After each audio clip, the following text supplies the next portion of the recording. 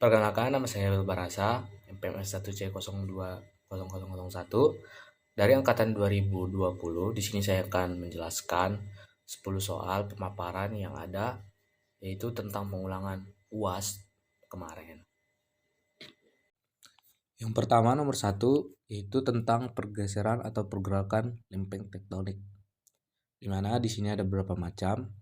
Yang pertama itu pergerakan konvergen. Pergerakan konvergen adalah pergerakan lempeng-lempeng yang saling mendekat bahkan sampai bertumbukan, di mana area tersebut terjadi dengan dinamakan zona konvergen.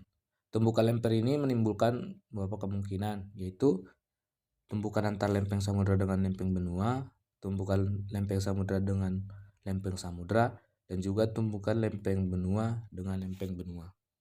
Selanjutnya, pergerakan divergen atau pergeseran divergen merupakan pergerakan lempeng yang saling menjauh antara satu dengan yang lain. Area di mana terjadi pelepasan lempeng disebut dengan zona divergen, yaitu fenomena yang pernah terjadi divergen itu lempeng Afrika dengan lempeng Amerika, munculnya pulau vulkanik di tengah Samudra Atlantik, terjadinya penampakan dasar laut, dan munculnya celah tanggul dasar samudra di Atlantik. Selanjutnya, pergerakan transport atau sesar mendatar. Gerakan transform atau gerakan sesar mendatar adalah gerakan lempeng tektonik yang saling bergesekan dengan arah yang saling berlawanan. Misalnya gerakan antar lempeng Samudra Pasifik dengan lempeng benua Amerika Utara yang menyebabkan patahan San Andreas. Patahan yang tersebut membentang dari San Francisco di bagian utara sampai Los Angeles di selatan Amerika Serikat. Panjangnya itu kurang lebih dari 1.200 km. Gerakan patahan atau sesar ini menyebabkan gempa bumi. Selanjutnya ini adalah proses di mana terjadinya letusan gunung berapi. Yang pertama itu terjadi karena ada tumbukan lempeng samudra dengan lempeng benua, di mana lempeng benua menghujam ke bawah sehingga ada gesekan antar lempeng yang menyebabkan magma. Lalu magma tersebut tersimpan di dapur magma.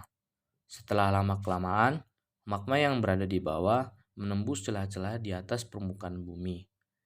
Dan magma itu mengalir ke atas dan juga keluar dari permukaan bumi.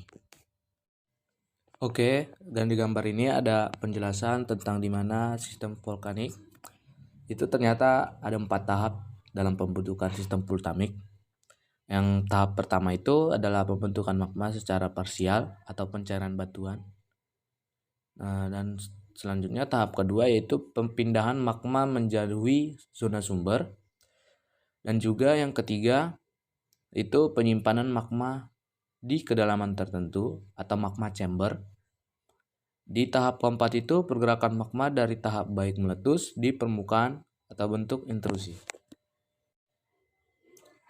Di dalam gambar ini yaitu ada di mana punggung tengah samudra dan juga subduksi di bawah benua dan juga tabrakan benua, di mana terbentuknya gunung api ini terjadi karena tumbukan antar lempeng samudra dengan lempeng samudra dengan lempeng benua, dan lempeng benua dengan lempeng benua, dan juga ada titik panas samudra dan juga titik panas benua.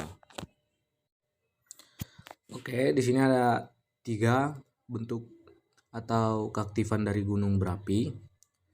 Yang pertama itu gunung berapi aktif di mana magma chamber terisi penuh atau dapur magma terisi penuh oleh magma. Yang kedua, gunung berapi kurang aktif di mana magma chamber tersebut belum terisi penuh atau belum dapat menyebabkan letusan gunung berapi, di mana dapur magma ini masih terisi setengah oleh magma. Yang ketiga, gunung berapi tidak aktif, di mana magma chambernya tidak terisi oleh magma atau dalam perut magma atau dapur magma tidak ada magma. Yaitu tipe-tipe letusan gunung berapi, apa saja yang dikeluarkan dan dampaknya terhadap lingkungan. Yang pertama itu tipe Hawaii.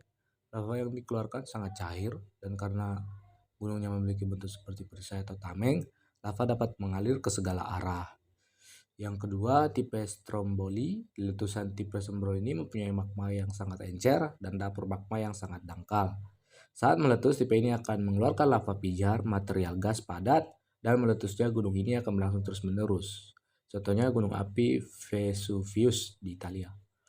Yang ketiga, tipe vulkania. Ketika meletus, gunung api ini melontarkan bongkahan padat di sekitar kawah magmanya, cair, dan dapurnya dangkal dengan tekanan letusannya. Sedangkan karena ini termasuk ke dalam letusan freatik, saat meledak akan terdengar letusan yang sangat dahsyat. Contohnya itu Gunung Semeru dan Bromo di Jawa Timur. Yang keempat, tipe Peret. Tipe letusan ini adalah paling berbahaya. Eksplosif dengan ledakan dahsyat, material erupsi yang dikeluarkan bisa mencapai 50 km di atas awan. Ciri dari letusan ini adalah awan yang membentuk seperti kol, gas bertekanan tinggi, dan lava yang cair. Contoh ini adalah Gunung Krakatau. Selanjutnya tipe Merapi, namanya diambil dari Gunung Merapi di Jawa Tengah. Tipe letusan ini memiliki keunikan yang kita kenal dengan Wedus gembel atau awan panas. Pas lava menuruni lereng, muncul awan panas ini. Cirinya adalah lavanya kental dan tekanan gasnya rendah. Contoh ini adalah Gunung Merapi di Jawa Tengah. Selanjutnya tipe Pelean, mirip dengan letusan tipe vulkanik, tapi magma dari letusan ini tidak terlalu encer. Gas yang dikeluarkan pun juga bertekanan tinggi. Jadi saat erupsi, lava akan mengalir dengan cepat dan membahayakan sekitar. Ini contohnya Gunung Pele di kawasan Karibia, Amerika Tengah. Terus, dampak yang terjadi akibat letusan gunung berapi bagi lingkungan. Yang pertama, dampak positifnya, abu vulkanik hasil letusan gunung api dapat menyuburkan tanah di sekitarnya yang memungkinkan berbagai benih yang jatuh di tanah tersebut dapat tumbuh dengan baik. Dan juga dampak negatifnya dapat melenyapkan kehidupan di sekitarnya hanya dalam sekejap, di mana ada beberapa gangguan kesehatan berupa gangguan pernapasan akibat gas beracun dari abu vulkanik, iritasi mata akibat hujan asam, dan luka bakar akibat semburan lava. Kegunaan dari ahli fisika untuk memantau dari gunung apian yaitu untuk melihat pergerakan lempeng tektonik yang berada di bawah permukaan gunung berapi sehingga dapat mengetahui seberapa besar goncangan yang terjadi akibat letusan dari gunung berapi. Dan juga ini dapat melihat sekitar gunung, area gunung berapi dalam berkegiatan explore untuk melihat material-material apa yang terkandung atau yang ada di sekitar area gunung berapi, dan juga dapat mengetahui tingkat kesuburan tanah yang ada di sekitar gunung berapi, dan juga dalam gas yaitu untuk mengetahui kandungan gas yang keluar seperti abu vulkanik dan hujan asam yang dapat merugikan atau merusak dampak kesehatan bagi lingkungan yang ada di sekitar. Oke, soal selanjutnya, jika Anda menjadi peneliti, hal apa yang ingin Anda teliti di sekitar gunung berapi?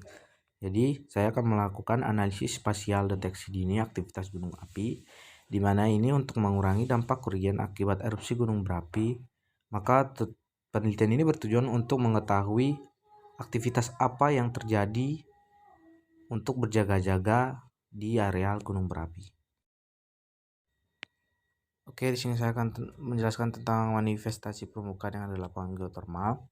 Yang pertama itu masuk air hujan atau air yang ada di permukaan bumi masuk ke dalam permukaan bumi, dan terjadi induksi yang terjadi di bawah akibat adanya magma yang membuat terinduksi air yang ada di bawah permukaan bumi.